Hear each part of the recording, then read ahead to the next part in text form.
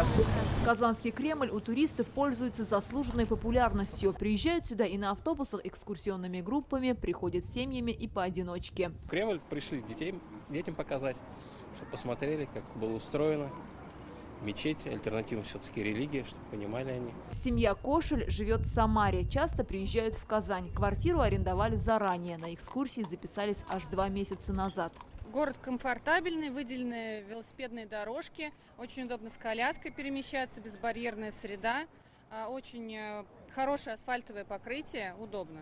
В Кремле можно прокатиться в конной повозке или же отправиться на часовую экскурсию на мобильных шаттлах. Кстати, спрос на них вырос в разы. Основной поток людей именно Москва и Московская область. Очень красиво, все отметили широкие проспекты. Явно много места для прогулок и для семейного отдыха.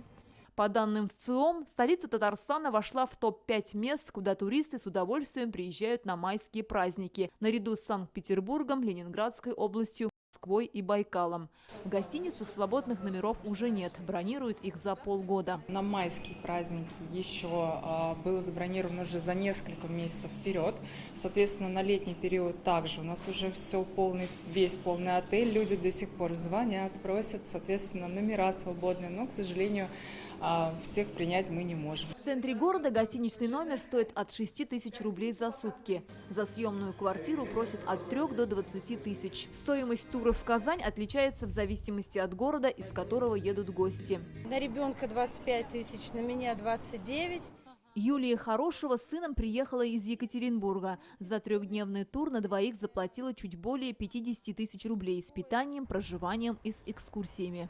Среди туристов мы встретили и казанцев, которые сейчас живут за рубежом. Сейчас живу на Кипре. У меня день рождения в мае, и не могла пропустить это событие и не вернуться на родину. Приятно, что Казань цветет, что постоянное улучшение мы наблюдаем. Очень понравился контур города, он напоминает какую-то восточную сказку. Потрясающие люди встречаются. Они какие-то добрые, уютные, дружелюбные. И вот каждого охота с собой в Иркутск забрать.